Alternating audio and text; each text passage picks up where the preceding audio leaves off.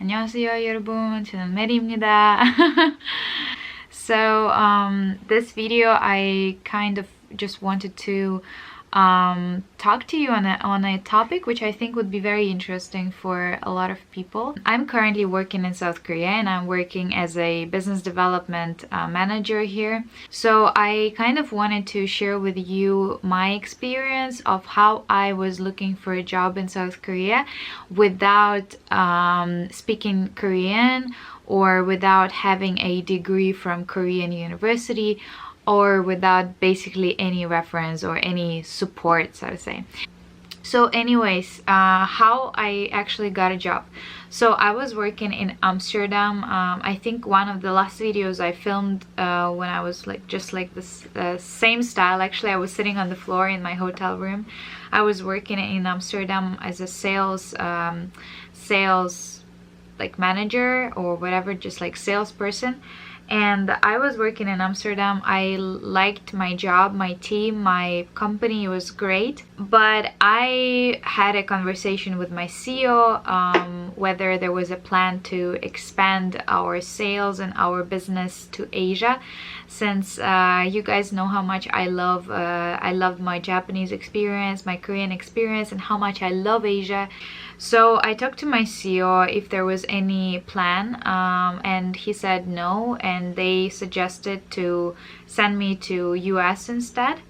And I was actually initially hired for San Francisco, but then I was sent to Amsterdam.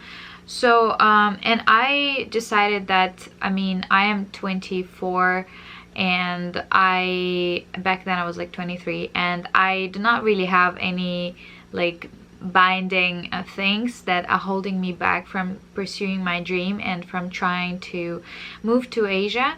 So a very quick decision was made by me. I literally just bought a one-way ticket to Seoul in a month from that conversation. I came to Russia for 2 weeks. I told my parents that I'm going to go to Seoul. They were really shocked. They were like, okay, when are you coming back? And I was like, I don't know. I didn't buy a return ticket. And my father actually, because I was working a lot in Amsterdam, so he bought us a trip to Turkey to rest. So it was a surprise. So it was so random. He was like, Mary, what do you mean you're going to Seoul? Like, we're flying to Turkey in a week. So we flew to Turkey for like 5 days, and then we came back to Russia, and then in a week I flew to Seoul. I was looking for a job for a month and a half, I think. Is it even focused on me? Yes. As soon as I arrived, I was staying at my friend's place. I am very, very grateful to that person for hosting me and for being so kind and so generous and so supportive about my dream to get a job in Korea. I translated my resume into Korean language. He helped me on that as well. I registered at all of the like websites for job seekers, like Saramin, People and Job Korea. And I was just like sending out my resumes to as many companies as I could daily. From like, I would wake up at 8 a.m. and just like keep sending, keep like looking or searching like tips online, etc. And then at daytime, like after lunch, I would travel around Seoul and go to a lot of different meetups where foreigners would be talking about their experience of working in Korea, or I would get introduced to a lot of interesting people who have their businesses here. Like one of them was Mr. Kim Yanolja's CEO, very nice guy, and I had a chance to actually have a very long conversation with him. And Yanolja is like Airbnb but in South Korea. So then and at the evening times I would be meeting with my friends from Kuryode, because I still had like a lot of friends here. Since I wanted to go to work for a tech company, because I used to work for AI in AI, in the technology industry, for a company which was developing a product with artificial intelligence technology integrated. And then I was working for a food tech startup. So it was mostly like startups, and it was tech startups. So I just decided to go to the Silicon Valley of Korea and just try to literally talk to like everybody I could see there. So luckily I had a friend who was working in the Silicon Valley of Korea. It's called Pangyo. I took a train to meet him for coffee. We talked for like 40 minutes. And then he was really kind to bring me to the Seoul Startup Incubator. I went to the third, like the startup sector, which actually was going to expand overseas, so more mature startups, and they wanted someone like me who can speak English or any other foreign language, and I can also speak German and Russian. So I didn't even have my resume because I didn't know that I would be doing like self-pitching, so to say. So I keep looking all the time like, there, I should stop, I should look at you guys.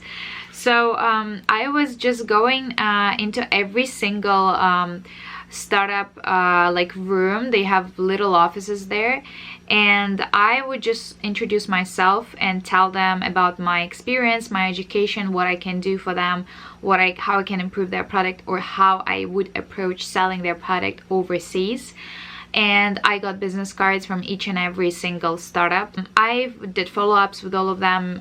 3 of them invited me to an interview, and I accepted one interview and I got a job offer, but the salary I got was not something I was interested in. Another thing I did, I was attending every single conference which was held in Korea at that time, and I came in end of October.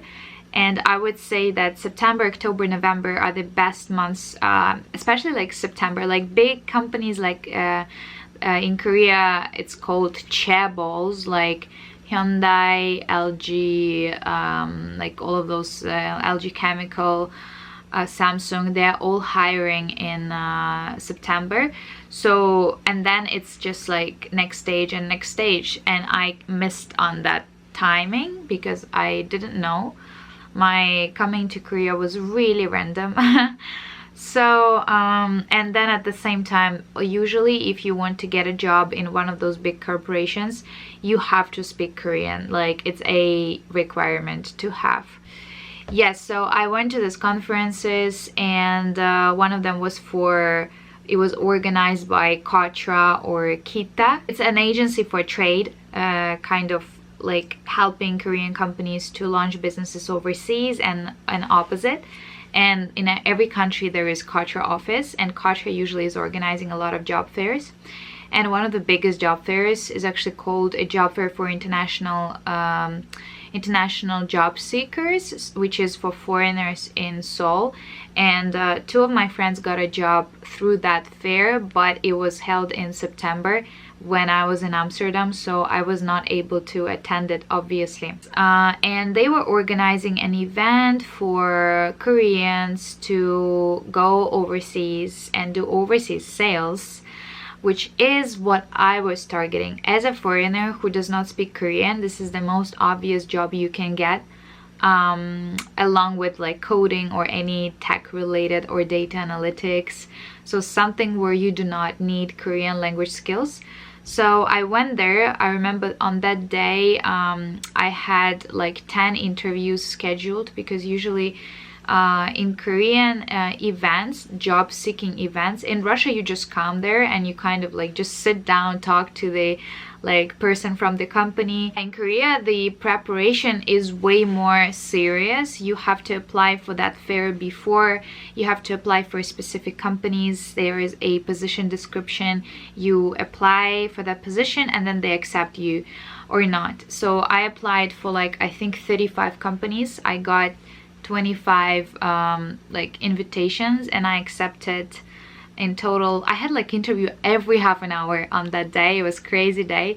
I think I had like 10 interviews and I skipped 2 because there was like, I just realized that actually my position is really good. Like everybody so far likes me, and I got an invite on every single like second round interview with every single company. And one of those companies was actually the company where I'm working right now, and I got an invite to the second round with this company. And they called me 10 minutes after my interview and asked me if I can come and work tomorrow. And then obviously like I did not, because I had to get visa first. Yeah, basically this is my story. It was not easy. Like honestly, after getting a job, I could not get apartment before I get my like residence permit, and I was staying at my other friend's house. It was a struggle. And then when I finally got my visa, I already kind of saw the apartment where I'm living right now. So I just moved in here, but it was like completely empty. So like first night there was nothing. There was like no pillow, no blanket. It was really cold. My boiler was not working. And before that, like there was so much struggle. Like I was staying at my friend's place and I was like sleeping on a sofa there for a couple weeks. And he's amazing. Like I am so grateful to all of those nice people who helped me along like this amazing journey. And my team lead, she actually, when I moved in, she came to help me out with another colleague of mine. When she saw that my place does not have anything, she brought me like, she came back 1 hour later and she brought me like a pillow, a blanket, kettle, a hairdryer, like food, forks, cups. Like it was just like so cool, and I felt so loved, and it was amazing. Amazing experience, and I can tell all about this later. The idea which I wanted to share with you guys is that, you know, honestly, like you should believe in yourself. And I wanted to come to Korea. I wanted to live here so much. Like, you know, I still remember my video from 2016 when I was crying in the airport in Incheon. I really wanted to stay here. I loved every single day. I was just so happy back then. And then I came back here while I was studying in Tokyo, and it was exactly the same. It was like so cool. And I got a job in Amsterdam. I was working there, and I realized that, well, like, why am I not there if I want to go there so much? There is nothing that is stopping me except my of course there is like fear, but then I'm kind of crazy person, as everyone says. Your thoughts are very powerful, so I hope that your thoughts are being positive despite this hard times in the entire world with the coronavirus, and you're staying healthy and staying positive. And I have to go right now, but anyways, thank you so much for watching. I love you, and see you in the next video very soon. Bye.